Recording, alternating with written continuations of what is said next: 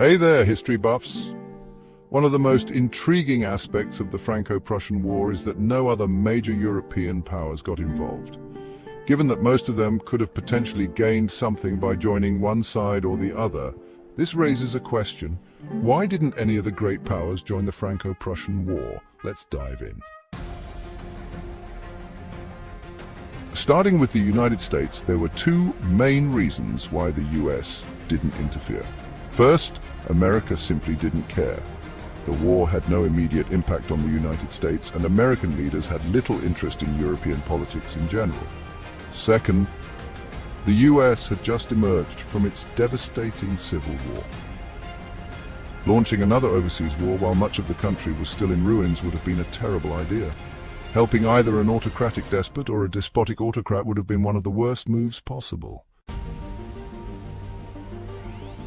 Closer to the action, the other great powers had their own complex motives. 4 years prior, Austria had been utterly defeated by Prussia and its ally Italy. The Austrians were certainly looking for revenge, but their loss had almost brought about the collapse of the Habsburg monarchy.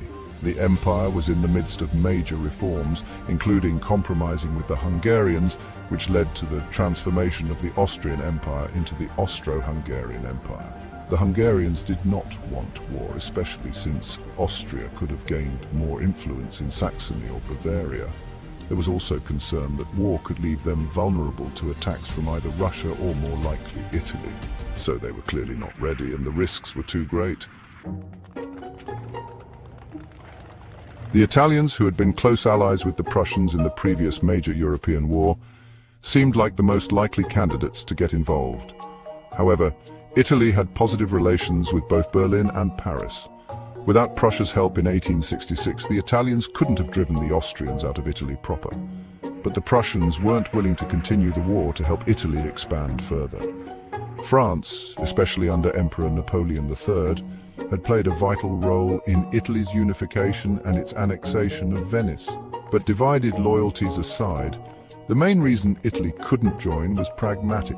The Italian army simply wasn't good enough. Prussia and France were the two most capable land forces on the continent, whereas Italy had struggled against the lackluster Austrian army, and it was seen as a terrible idea to get involved.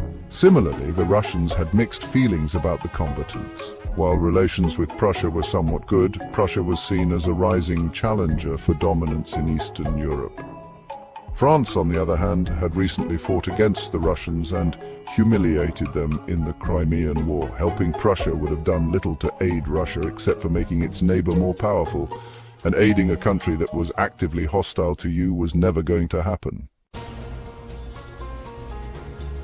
To the north, the British were mostly isolationist when it came to European affairs. As long as the balance of power remained in check, they were fine. Prussia was an old ally of Britain, whereas France had made the unforgivable mistake of being France.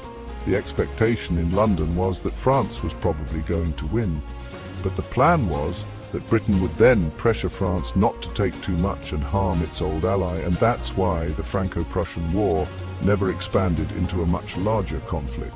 The interests of the great powers weren't served by fighting, but instead by mediating the peace. Since the new Germany didn't take too much, everybody except France was mostly happy. So, there you have it. I hope you enjoyed this deep dive into the Franco-Prussian War. If you're as fascinated by history as I am, be sure to check out more of my content. And if you haven't already, consider becoming a patron to support more episodes like this. Thanks for watching,